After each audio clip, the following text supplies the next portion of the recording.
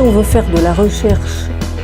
dans ce milieu de soins primaires, c'est-à-dire dans la majorité de la vie des patients, parce qu'on ne passe pas sa vie à l'hôpital,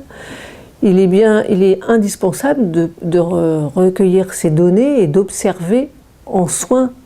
ambulatoires. On a une équipe INSERM qui regroupe une trentaine de personnes multidisciplinaires avec des épidémiologistes, beaucoup de praticiens bien sûr, impliqués soit au CHU de Caen, soit au centre Baclès, mais aussi des sociologues, des économistes, des statisticiens pour développer des approches multidisciplinaires autour de problématiques de santé publique dans le domaine des cancers. Dans le privé, une notion plus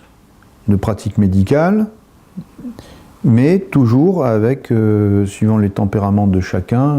la possibilité de participer à des activités de recherche. Nous consommons énormément d'implants, de dispositifs médicaux, et là les industriels ne peuvent pas mettre des produits nouveaux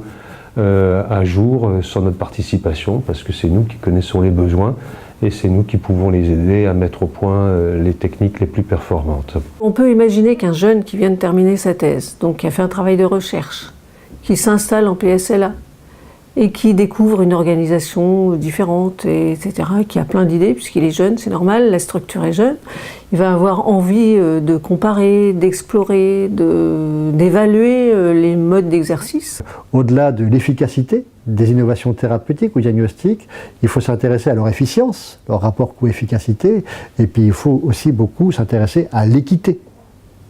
de ces innovations. C'est vrai qu'en libéral, on a l'avantage d'avoir des flux de patients importants, donc de pouvoir dépister peut-être plus vite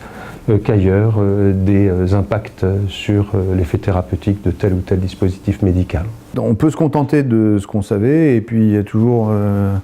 quelquefois le goût de faire mieux, différemment, plus vite et de manière plus efficace. Un médecin généraliste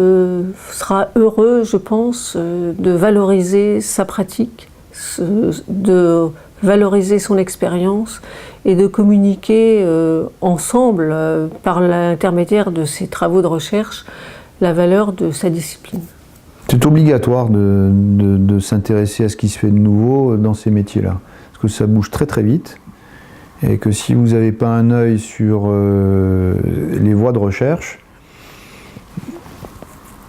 il vous manque une part de vous-même, quoi. Donc à partir du moment où un praticien s'intéresse à cette problématique, où il va être un petit peu en avant sur ce qui se fait, il est toujours le bienvenu et toujours les connexions nécessaires avec le monde industriel pour pouvoir travailler. C'est un